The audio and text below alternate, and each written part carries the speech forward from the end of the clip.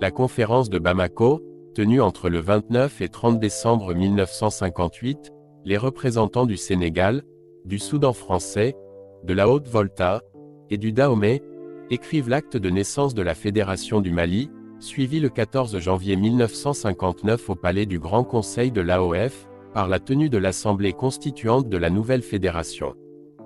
La constitution de la fédération est approuvée à l'unanimité par les 44 délégués des 4 États le 17 janvier 1959, puis adoptée par les Soudanais et les Sénégalais les 21 et 22 janvier, alors que la Haute-Volta et le Dahomey se retirent finalement, dissuadés par la France et la Côte d'Ivoire. Le 4 avril suivant, Senghor préside l'Assemblée fédérale du Mali, qui modifie la constitution fédérale et désigne président, le Soudanais Modibo Keïta, et le Sénégalais Mamadou Dia au poste de vice-président du gouvernement fédéral, formé le 15 avril, avec 4 ministres de chacun des 2 pays membres. Le 15 mai 1959, De Gaulle reçoit Keïta à l'Élysée, et reconnaît la fédération du Mali au sein de la communauté. Puis, le président français répond favorablement, le 13 décembre devant l'Assemblée fédérale siégeant à Dakar, à la requête de transfert des pouvoirs de la communauté à la fédération, formulée le 29 septembre précédent. Les négociations ouvertes à l'hôtel de Matignon, le 18 janvier 1960 aboutissent à la signature le 4 avril des accords sur l'indépendance de la fédération, proclamés officiellement le 20 juin 1960 à minuit à l'Assemblée fédérale, par son président Léopold Sédar Senghor. Ce fut donc la fédération des seuls États, du Sénégal, et du Soudan qui affronta l'indépendance et la célébra dans l'enthousiasme le 20 juin 1960. Cette indépendance devait être éphémère. Les institutions définitives de la fédération n'étaient même pas mises en place que celle-ci éclatait. La fédération du Mali portait en elle-même les germes de sa dissolution. Une fédération à 2 est difficilement viable, en ce sens qu'on aboutit quasi inéluctablement à la domination d'un État par l'autre ou à la sécession.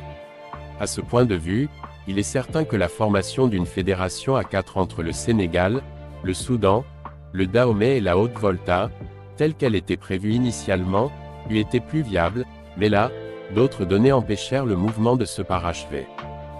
Soudan et Sénégal sont essentiellement différents sur plusieurs aspects. Les différences, quoique dangereux, pour la cohésion et la continuité de la fédération, portent cependant en elles-mêmes la marque d'une certaine complémentarité. Géographiquement, le Soudan qui pousse son territoire jusqu'au cœur du Sahara n'est relié à la mer que par le minuscule Sénégal qui en constitue l'exutoire naturel. Sans le débouché de Dakar, le Soudan court le risque de sclérose et d'asphyxie.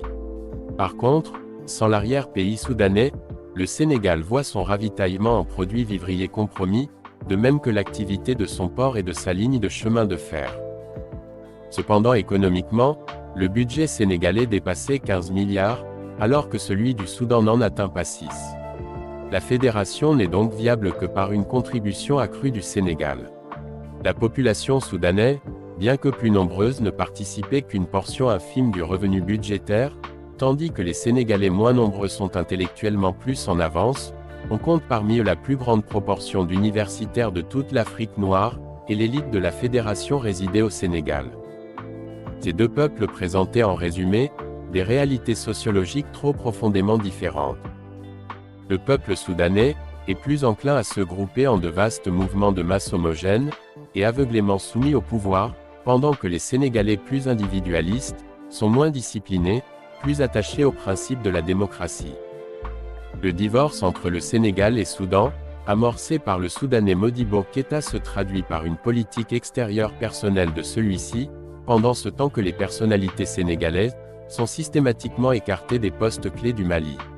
Sur toutes ces manœuvres vient se greffer l'affaire du chef d'état-major fédéral, illégalement nommé par le président Keïta, contre l'avis du vice-président sénégalais, et ministre de la Défense, Mamadou Dia.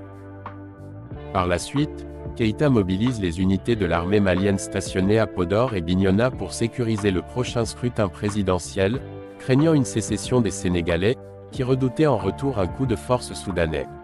Par un conseil des ministres restreint, et sans consultation de la délégation sénégalaise, le président Keïta destitue de ses fonctions le vice-président et ministre de la Défense, le président Dia.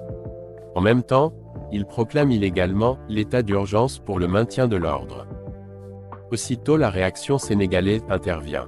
La gendarmerie parvient facilement à relever les pelotons de l'armée malienne, tandis que le président du gouvernement fédéral, les ministres soudanais et le chef d'état-major sont mis en résidence surveillée. L'Assemblée législative du Sénégal, protégée par des milices sénégalais, et par la garde républicaine, vote son indépendance et proclame l'état d'urgence. Cette déclaration d'indépendance des Sénégalais s'accompagne mutuellement de l'expulsion de Modibo Keïta et les représentants soudanais à Dakar, dès le lendemain du vote. Le 22 septembre 1960, Modibo Keïta proclame l'indépendance de la République soudanaise qui devient la République du Mali. Puis le 28 septembre 1960, Sénégal et Mali rentrent tous les deux chacun de leur côté comme États indépendants, à l'ONU.